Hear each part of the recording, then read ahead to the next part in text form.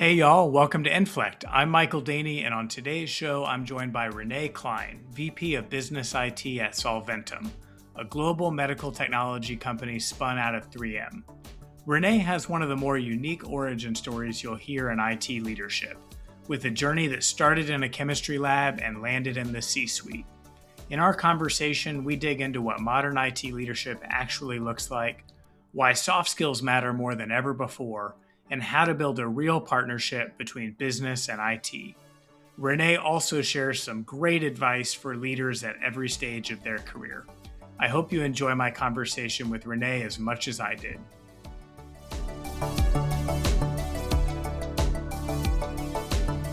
Hey Renee, how are you? Wonderful. Thank you. Thank you so much for taking the time to do this. I'm really excited to talk to you today. Yeah, I've been really looking forward to having this conversation. So thanks for allowing me to join. Yeah, of course. Well, we're going to dive into a lot of good stuff around kind of modern IT leadership and how the role of an IT leader is evolving and changing. So should be a great discussion. I want to start with who you are. Obviously, I know, but for our listeners, I'd love you to kind of give a brief overview of yourself and your role. Sure. So my name is Renee Cline, and I have kind of an interesting background. Started in chemistry and career transitioned into IT. So my current role is at a company called Solventum, which was a spinoff of 3M. They had a healthcare industry that now is its own standalone company. And within Solventum, I'm the business-facing IT leader for two of our four divisions. So our MedSurg division and our Health Information Systems division.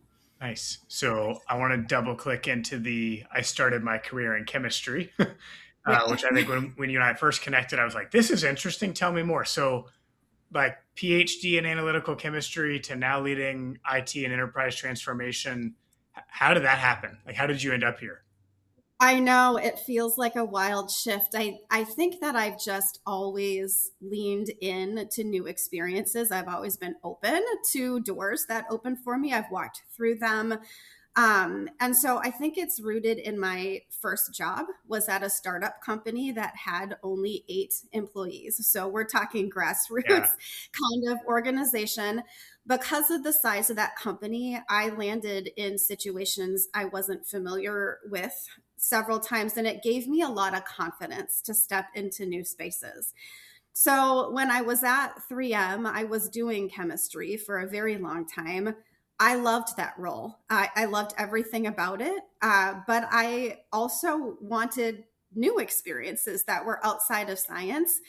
At that time, 3M had this awesome program. It was a black belt program, so it was about project leadership. And they were particularly designed to be 2 years long. So it was a formal role that you took, not a part-time job. You knew that you had for 2 years. They really encouraged you to take those roles outside of your core area of expertise. And the reason was that they wanted you to really learn influential leadership, storytelling, getting buy-in from your team. They wanted you to learn that skill set. What they did not want was for you to be able to default to just doing the projects on your own, right? Mm-hmm. So it just so happens that I took that black belt experience in the IT organization, and I fell in love with the end-to-end dependencies of IT. So it ended up being a really good fit for my background and experience. I love that. And I'm curious, kind of as you made that transition from more on the science side into IT, were there things that surprised you that felt very, I don't know, different or jarring, that kind of thing? And then maybe the flip side of the question is, were there, I don't know, things that are consistent or like a through line or some themes that were like, oh, this is just a different flavor of the same thing? Yeah, that's a really good question. I think what struck me immediately was how transferable the skill set actually is between chemistry and IT. Yeah. When you're in sciences, you really are focused on a very large problem, how to break that problem into smaller, actionable pieces, and then continuously checking in when you execute on one thing to determine whether still think your hypothesis is true. So that continuous, feedback loop about, am I still on the right track of what I had expected? So that skill set is very much required for major IT programs as well. When you're running large, ERP programs, or you have merger and acquisitions, there's always a baseline assumption or a baseline project plan that you start with. And then you start plugging along on the program, and there's learnings along the way. So that's the first thing that really struck me, is how relevant the skill sets are between the two organizations. I think one thing that really surprised me, maybe in a negative way, really doesn't have anything to do with the role and the skill sets itself. I guess I was used to being somebody that everybody went to. I was an opinion leader. People knew that if I didn't know the answer, I knew the next person that would give you the answer. I felt like I knew my field like the back of my hand. And it was an adjustment when I moved into IT that not only did I not know the answer, I didn't know who I needed to talk to get the answer. So it was kind of a soft skill experience that I had to go through, where I had to reestablish my network, reestablish my credibility. It's something that I just didn't think about. Like, it makes sense after you go through it, but it's not something I had foresight to when I first made that change. I think there's also a recognition that leadership in IT, or frankly in any area or field that you're in, it's a different job than being an individual contributor. So there's also just really understanding what the difference between a role or like a career in leadership is versus a technical career. Yeah, totally. And that's probably a good segue into something we talked about, I don't know, in one of our conversations preparing for this discussion, which was, I think historically there was a clearer line between the business and IT. You had IT and IT leaders doing their thing, in many cases kind of taking orders, for lack of a better term, from the business of what they needed and what that translated to from a technology platform data perspective, that kind of thing. That line is increasingly blurred. And so I think now there's sometimes this conversation about, is it better to have a business-minded leader in IT or an IT-minded leader in the business? Can you unpack that a little bit? Because I think you've got some really interesting insights on kind of what that looks like.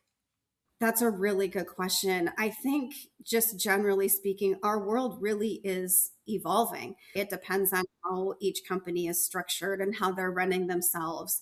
But I think, as a general trend, what we're noticing, especially in the age of AI, is that technology is much more accessible to business partners than it ever has been in the past.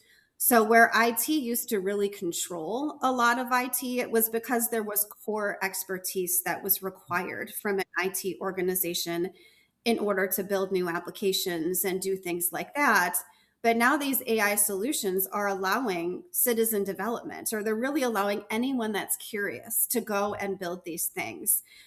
And so now what I'm starting to notice is that the footprint of IT and where IT is done is changing. There is more IT moving into the business. And I think it is healthy. It's important to consider that it could be healthy. I think we always talk about shadow IT organizations. We say that it's a dirty word. We feel like it's in the way, we might not have control of it. But the reality is, our businesses need to adapt to this changing world.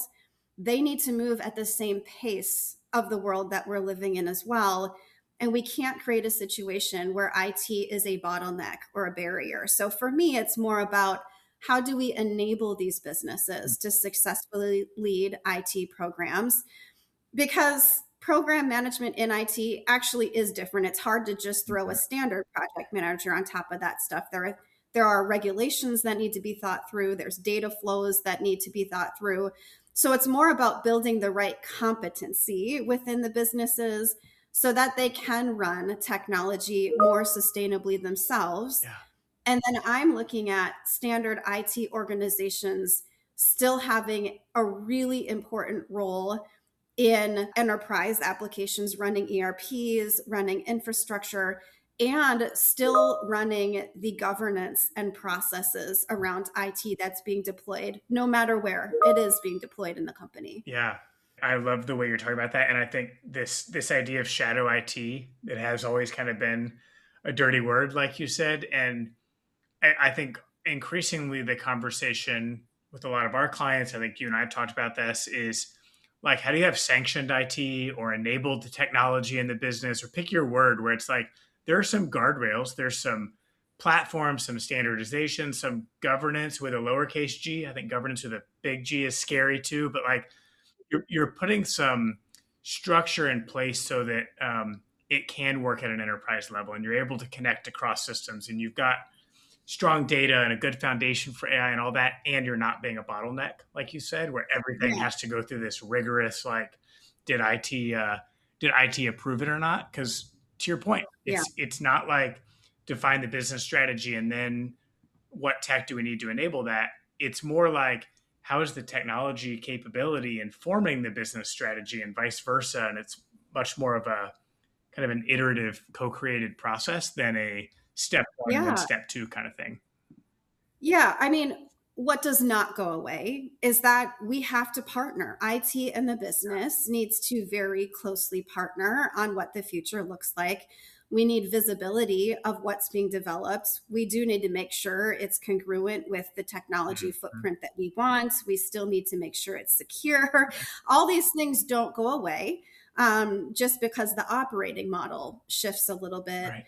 I recently read this article with AI in mind and I loved the concept that it said. It just sort of said, hey, IT organizations, you don't own and manage what businesses are doing in their Excel files. It was an interesting way to frame up, what really are we expecting to control and why?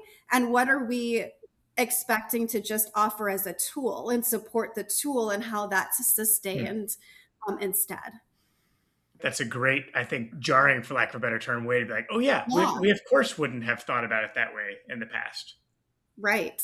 I agree. I want to go a little deeper on this idea of the modern IT leader, because I think through the course of the conversation so far, we've kind of talked about some themes around soft skills and partnering, like you said, and managing that relationship with the business.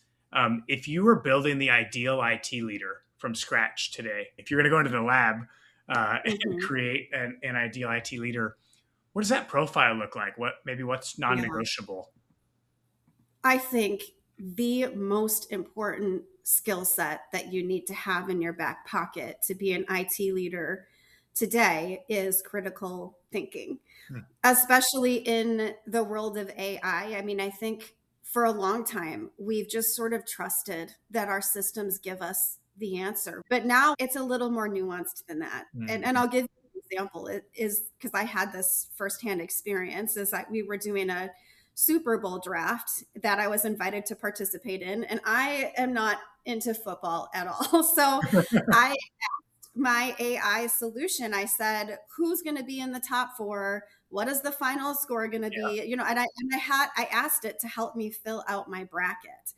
And it gave me an answer, but it gave me a team that wasn't even in the top four Yeah. as one of the teams. And that's what I mean is like we do have to really be thinking about the results Mm. that are coming across our desk now in a way that we never had to before. Yeah.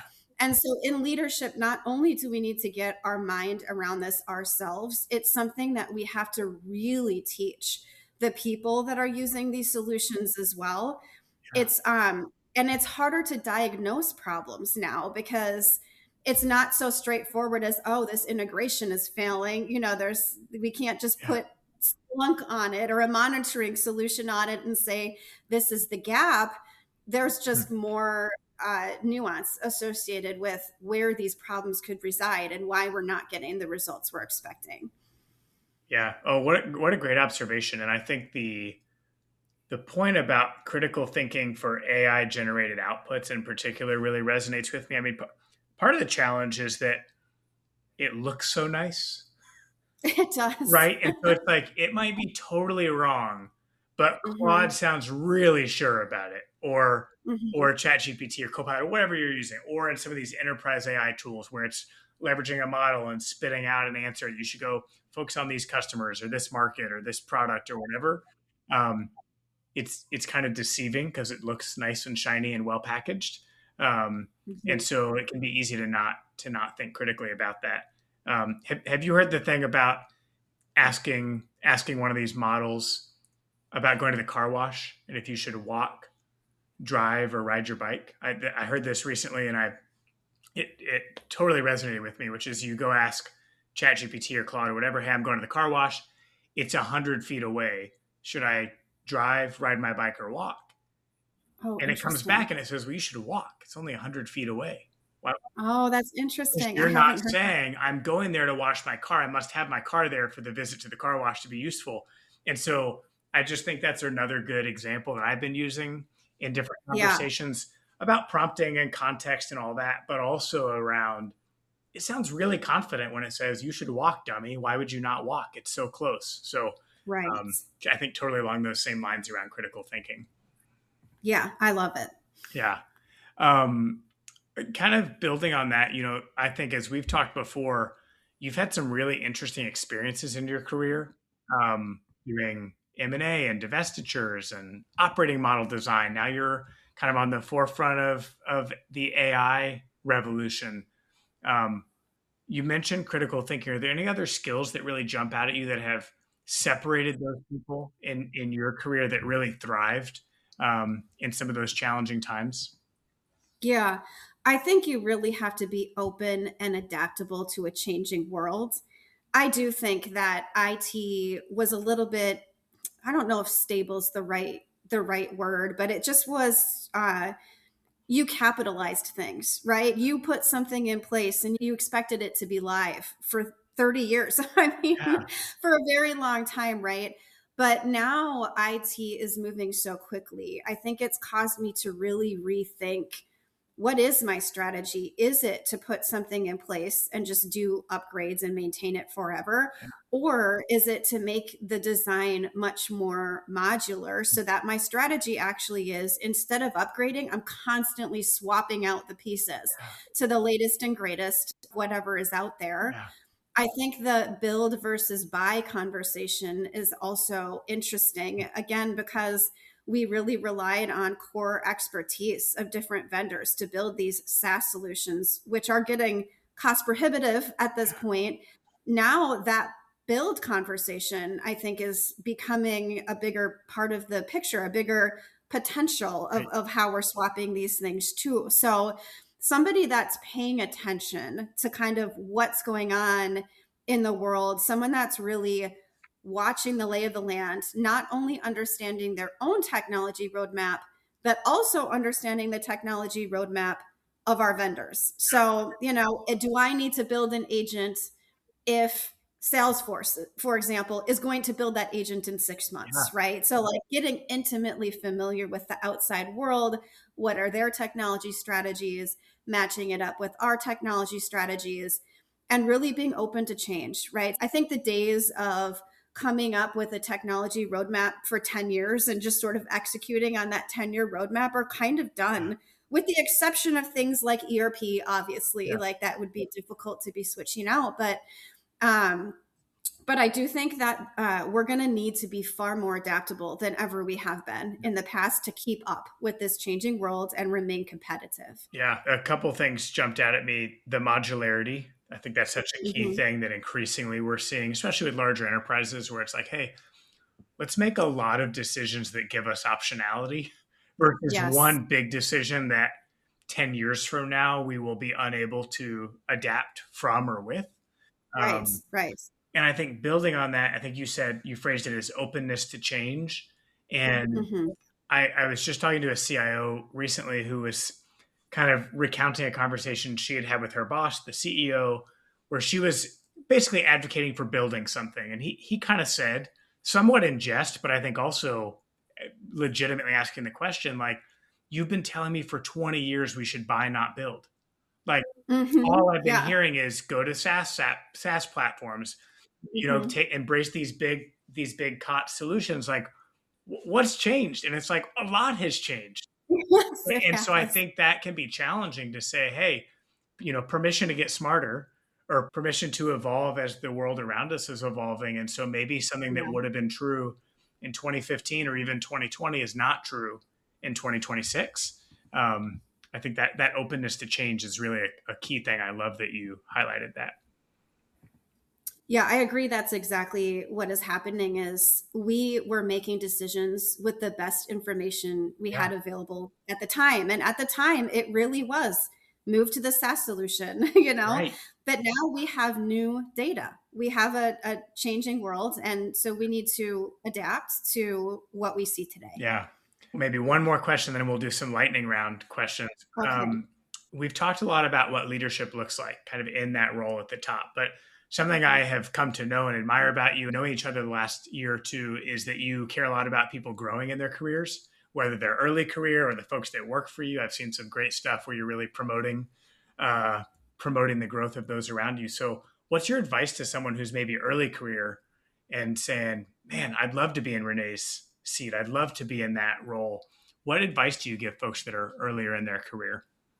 Yeah. I mean, I would say give yourself the time, right? Like enjoy where you are at because you're building a foundation for your future. I think sometimes people are in a rush. They just can sometimes come straight out of school and say I want to move into leadership without really understanding Yeah, what is that role? Like what does it mean to be in leadership in the first place? yeah, So I would say, just first on doing a really good job with what you have and where you're at, but yes, absolutely keep an open mind and have open conversations about where you want to go so that you are building the right experiences that will help you get there.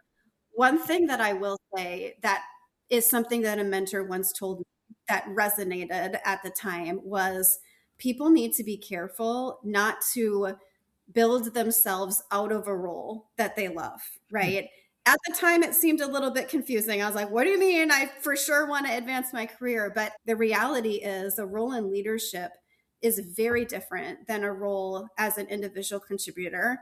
mhm, You're kind of no longer in charge of your own destiny anymore, right? You really have to influence others, you have to coach others, you have to give up control and give up reins and trust that your team is going to be able to run with it.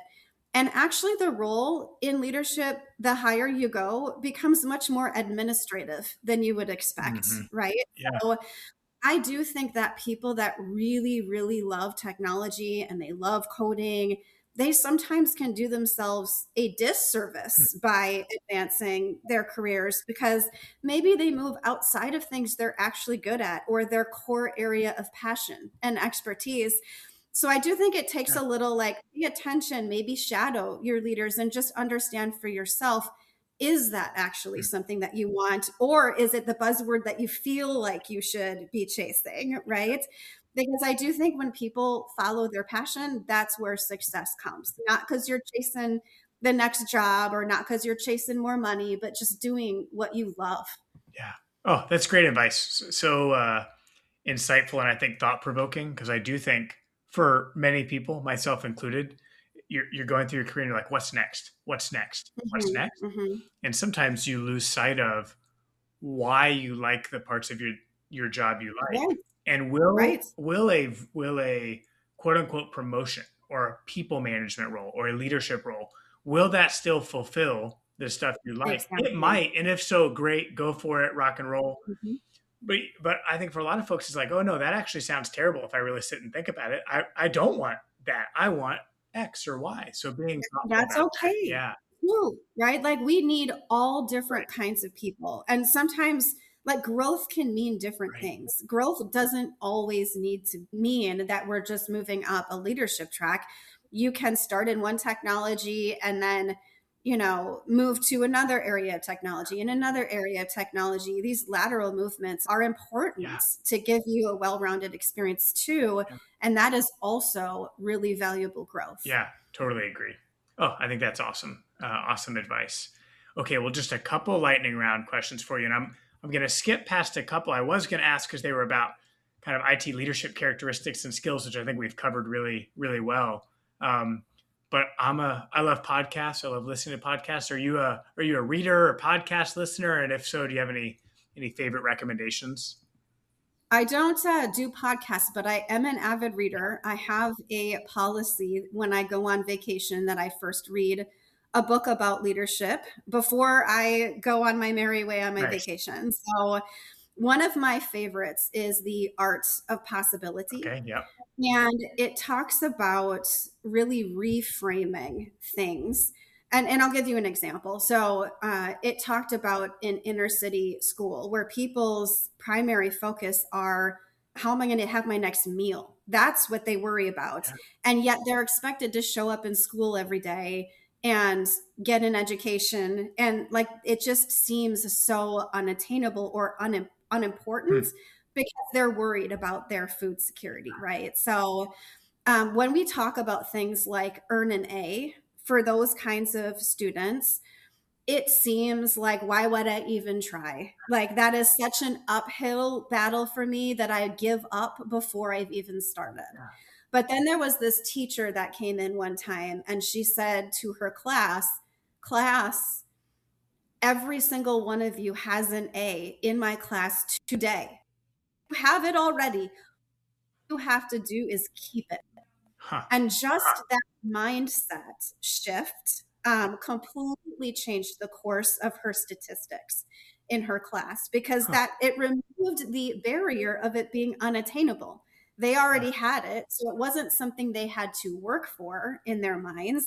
It was something they had to keep. So the book Yeah. really talks about very slight shifts in Hmm. framing that matter of how you're unlocking potential in your people. Oh, I love that. And I come from a family of educators, so any story about teachers helping Yeah. their students succeed is a winner for me. So I love that. I've not read that book though. I'll have to check it out. As we've talked about your career arc, and if somebody goes and looks at your LinkedIn, it's like, oh my God, what an amazing, perfect career trajectory. So I want to ask, is there a mistake you've Oh my made? Is God. there a curveball, a turn you made that in hindsight you're like, oh, it was a mistake, but here's what I learned from it? I love that you're asking this question because I agree. We look at what people sort of present to the outside world and it's never as Right. clean as it looks, right? So is there a mistake? I love that you said a mistake because Yeah. I have 150 mistakes and choices, right? But the reality is no matter where you go wrong, it is just a data point. It's just a stepping stone. There are no wrong moves you can make. It's, Mm. you know, it gives you information about where you want to go and you can course correct. I mean, I went from chemistry to IT. You can literally change your mind Yeah. about everything. But I guess a few examples of, I guess, mistakes is starting way back. I really wanted to have my education at Emory University. But I was not accepted Uh, into the program there. So I went to my backup option, which was the University of Minnesota. uh, At that time, I actually didn't have a lot of confidence in myself. So I only applied to the master's program. I did not believe that I could earn a PhD. And actually, due to a clerical error, I was put into the PhD no program there. way. Yes. That's The amazing. times turns out, right? So I was put into the PhD program and I thought, well, I can either argue that I don't belong here, which seemed weird, or I can give it a go. And so I ended up with my PhD. And that's again what I mean by sometimes doors open and you just need to have the strength to walk through them. Yeah. I love that. It's like the most fun, interesting story I've heard in a long time. And also, we should clarify that you got into the program with a clerical error, but you earned your PhD very I much on your, did. yeah, that was I not did. an administrative error. But what a Yes. great story. Yeah. Yeah. Okay, last one, then I'll let you go. And you shared some advice earlier from a mentor, but any other good advice you've gotten through the course of your life or your career that has stuck with you? Oh my gosh, I've had so many wonderful mentors. It's hard to pick one. I once had a mentor tell me, don't put up walls where there aren't any. Huh. The biggest barrier that you're going to have is your own insecurities, your own thoughts that get in the way, your own barriers.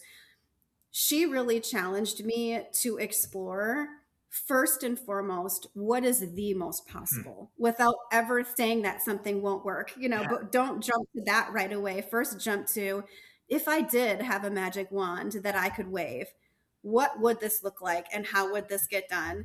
And we can worry about whether it's possible later, Yeah. but not start by scaling back. First, be a little bit of a dreamer. And I think that has served me really, really well to really think through how I want to transform.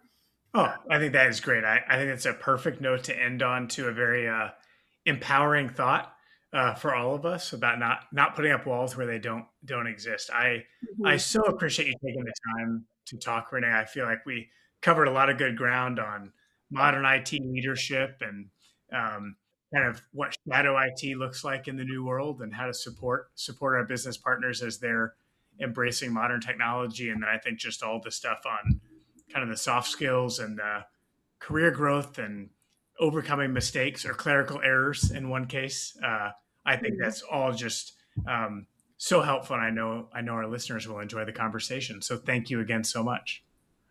No, I really, again, appreciate it. Even more fun Yeah, than I expected this to be. So appreciate the time. Thank you for inviting me along. thank you. Hope you have a great rest of the day.